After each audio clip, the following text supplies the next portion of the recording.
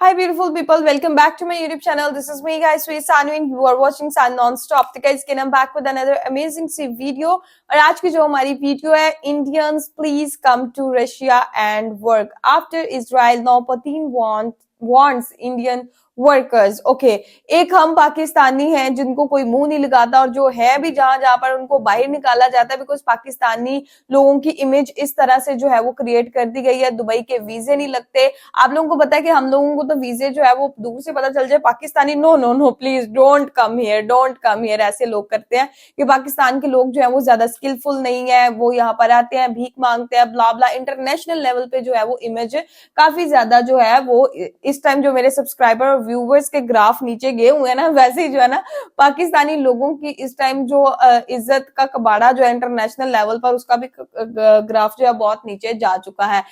उसकी वजह क्या है? सिर्फ चंद लोगों की वजह से, मतलब मेजोरिटी की वजह से बहुत ज्यादा लोग जो है वो भीख मांगते हैं। अच्छे लोगों का भी जो है ना फिर बेड़ा गर्क करते हैं, उनको भी वीजे नहीं मिलते। जो मतलब इस चीज के हकदार होते हैं कि बाहर जाके वो काम करे, उनको भी जो है वो वीजे वगैरह नहीं मिलते। बट अगर हम अपनी नेबर कंट्री को देखते हैं, इंडिया को, जो कि बहुत अच्छे से जो है वो अपने लोगों को ना ही सिर्फ स्टडी करवाते हैं, मतलब कि बाहर भी अगर वो किसी भी कंट्री के अंदर जाते हैं तो बहुत अच्छी उनको जॉब्स मिलती है, बहुत दिल लगा के ईमानदारी के साथ वो काम करते हैं। तो फिर जो है वो उनको स्पेशल बुलाया जाता है कि प्लीज आप हमारी कंट्री में आए तो हम आपको जो है वो जॉब देंगे। आप दुबई देख लें, आप सऊदी अरब देख लें, उसके बाद आप अमेरिका के अंदर देख लें और अभी रशिया, ठीक है, इजराइल तक जो है वो इंडिया के लोगों को कहता है यार प्लीज आप लोगों को काम करना, आप इधर आए, आप इतनी डिक्शनरी से काम करते हैं, हमें तो आप जैसे लोगों की ही तो जरूरत है। तो ये इतना बड़ा फर्क जो है इंडिया और पाकिस्तान के लोगों के अंदर आ चुका है जस्ट बिकॉज ऑफ के पाकिस्तान के लोगों के पास स्किल्स बहुत कम है और इंडिया के लोगों के पास स्किल्स बहुत ज्यादा है, ठीक है, और इसलिए उनके पास ज्यादा अपॉर्चुनिटीज भी जो है वो बाहर जाने की आती है। सारी चीजें, सारा मौजरा वीडियो के अंदर जाके पता चलेगा। तुम लोगों ने लाइक करना है, सब्सक्राइब करना है, दोस्तों के साथ इस वीडियो को शेयर करना है। तो let's start the video guys. नमस्कार, वेलकम टू स्टडी IQ। मैं प्रशांत धवन। नाउ जब से इजराइल ने बहुत सारे इंडियन वर्कर्स को इंपोर्ट किया है और इजराइल इंडिया का ये जो एक एग्रीमेंट है सक्सेस साबित हुआ है, दुनिया के बहुत सारे देश सेम चीज रिपीट करना चाहते हैं इंक्लूडिंग रशिया। नाउ रिसेंटली हमने देखा कि रशिया के जो फर्स्ट डेप्यूटी प्राइम मिनिस्टर हैं ये भारत में आए। यहाँ पे आप देख पाओगे डेप्यूटी PM डेनिस मंत्रोव को इंडिया में वेलकम किया गया। PM मोदी से इनकी मीटिंग हुई, डॉक्टर एस जयशंकर से ये मिले और बहुत सारी इंपॉर्टेंट अनाउंसमेंट्स भी हुई। पिछली वीडियो में आपको याद है मैंने आपको ये बताया था कि ट्रंप के आने से भारत और USA के फ्री ट्रेड एग्रीमेंट होने के चांसेस काफी हद तक खुल जाते हैं। रशिया इस बात को लेकर काफी हद तक अवेयर है और इसलिए अब रशिया भी ओपनली कह रहा है कि हम कमिटमेंट करते हैं भारत के साथ कि जल्द ही भारत और रशिया के बीच में भी एक फ्री ट्रेड एग्रीमेंट होगा। और ये देखिए इनको इसलिए भी करना पड़ा क्योंकि भारत के विदेश मंत्री डॉक्टर एस जयशंकर ने ओपनली ये बात रशियन गवर्नमेंट के साथ शेयर करी कि देखिए हमारे रिलेशंस बहुत अच्छे हैं, सब बहुत अच्छा है, मगर जो ट्रेड डेफिसिट है आपके और हमारे बीच में ये बहुत ज़्यादा है। दोनों कंट्रीज का ट्रेड $66 बिलियन का तो पहुंच चुका है, मगर इसमें 90% से भी ज़्यादा सिर्फ इंडिया परचेज कर रहा है रशिया से। आप लोग हमसे कुछ भी परचेज नहीं कर रहे। जो छोटी सी क्लिप है ये मैं चाहता हूँ आप देखें। Excellency, the growth in the bilateral trade, now estimated at $66 billion, has been impressive. Our goal is that it needs to be more balanced, and that will require addressing current constraints and undertaking greater facilitative efforts.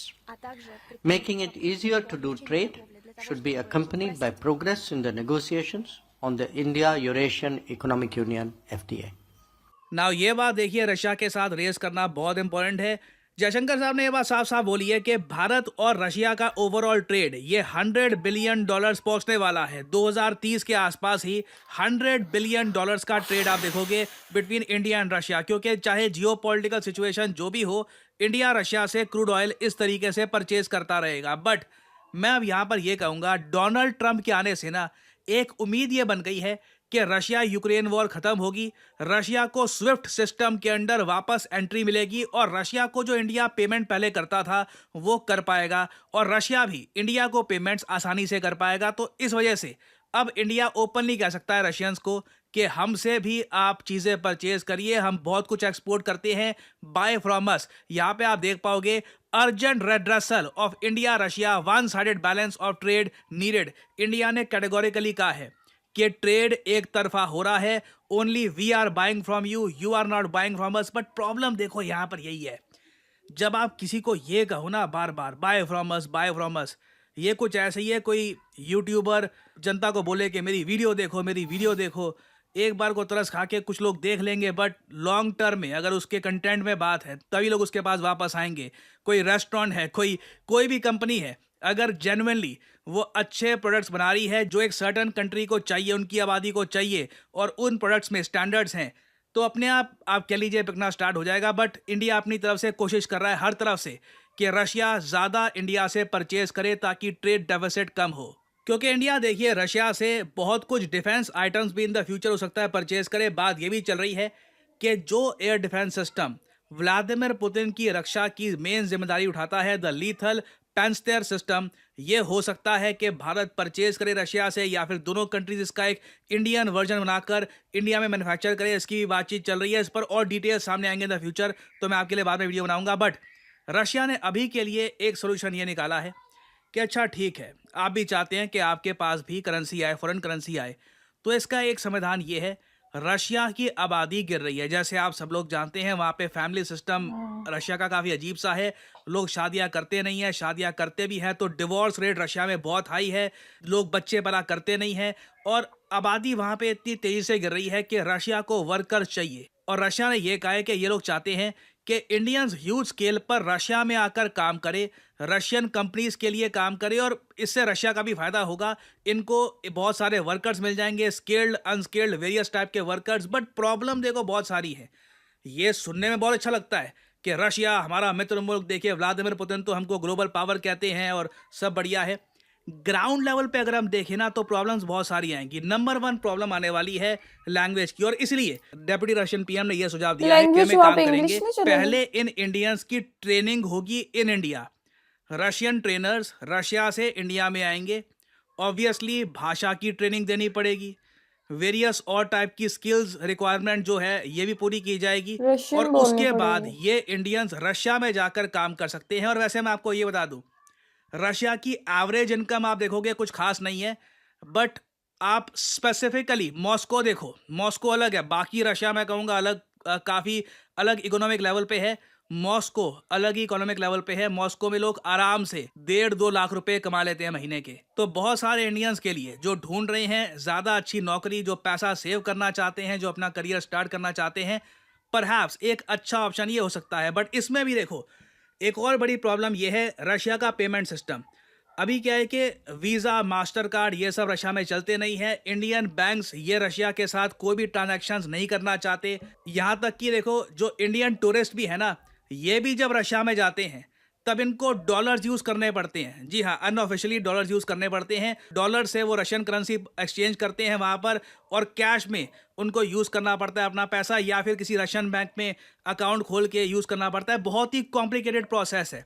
जिस तरीके से एक Indian बस एक credit card लेकर Vietnam घूम के आ जाता है, या फिर कोई और एशियन कंट्री घूम के आ जाता है, सेम सिचुएशन आपको रशिया में नहीं मिलेगी। तो वर्कर्स के साथ भी यही प्रॉब्लम आएगी। वर्कर्स को तनख्वाह तो मिल गई वहाँ पर रशिया में, अब फिर रूबल्स को वो इंडिया में लेकर आएंगे। यहाँ पर बैंक्स कंप्लेन करेंगे कि कैसे ट्रांजैक्शन करें, क्योंकि रशिया अभी स्विफ्ट में है नहीं। तो ये सारा जो प्लान है ये रियलिटी में तभी कन्वर्ट हो पाएगा जब रशिया पर से जो स्विफ्ट के सैंक्शंस हैं ये हटेंगे, इंटरनेशनल ट्रांजैक्शन सिस्टम में रशिया वापस लौटेगा, इंडियन बैंक्स वापस कोऑपरेट कर पाएंगे रशियन बैंक्स के साथ, तभी ये हो पाएगा। नहीं तो आइडिया अच्छा है बट ग्राउंड रियलिटी में कुछ इसका इम्पैक्ट आप देखोगे नहीं। इजराइल कंप्लीटली डिफरेंट केस है। एक इंडियन वर्कर इजराइल में या फिर इवन यूएई में या सऊदी अरेबिया में वहाँ पर जा सकता है, काम करेगा, उनकी करेंसी कमाएगा, और फिर रेमिटेंस के जरिए, बैंक्स के जरिए वो पैसा अपने घर में पहुंचा सकता है। रशिया में अभी के लिए वो सिस्टम है नहीं, तो या तो ट्रांजैक्शन के लिए कोई सिस्टम बनाया जाएगा या फिर रशिया को स्विफ्ट में वापस लाएंगे। समथिंग नीड्स टू हैपन, तभी ये प्लान काम कर पाएगा। बाकी अगर ये प्लान काम कर गया तो इंडियन वर्कर्स आपको पता है इतने सारे हैं, हमारे लोग हैं, मेहनती हैं, काम करना चाहते हैं। बहुत से लोग रशिया में जाकर परहैप्स 10 से 15 बिलियन डॉलर का रेमिटेंस हर साल भारत में ला सकते हैं। तो अभी देखिए, ये एक प्रपोजल है, but I wouldn't be surprised. Indian workers में जुनून है, पैशन है। अगर उनको रास्ता दिख गया कि रशिया में कैसे पेमेंट मिलेगी, इंडिया में कैसे पहुंचा सकते हैं, इंडियंस कैन डू एनीथिंग। और ये पिक्चर बिल्कुल रियलिटी में कन्वर्ट हो सकती है इन द फ्यूचर। इस बंदे की गर्दन बहुत लंबी है। ये काफी अजीब है, काफी बार। एनीवे, सो फाइनली यहाँ पे आपसे पूछूंगा एक एमसीक्यू क्वेश्चन। यहाँ पर यह है कि एक कंट्री है। ओके गाइस, आप लोगों को का क्या ख्याल है कि इंडिया को ये प्रपोजल एक्सेप्ट करना चाहिए पुतिन का, रशिया का? मेरा ख्याल ये था कि वहां पे भी इंग्लिश मतलब रशियन बोली जाती है, आई नो, बट मुझे ये था कि आप वहां पर जो है वो इंग्लिश यूज करके भी जो है वो काम कर सकते हैं, बट मुझे नहीं था ये पता कि उनको जो है वो प्रॉपर वे के अंदर पहले लैंग्वेज बैरियर है ना, पहले उनकी जो है वो रशियन सीखनी पड़ेगी। उसके बाद जो है वो क्या उसे कहते हैं कि पैसों का भी, फिर करेंसी का भी कोई प्रॉब्लम उनको हो जाएगा। मतलब फैसिलिटी है तो कुछ हर्डल्स भी जो है वो होंगे।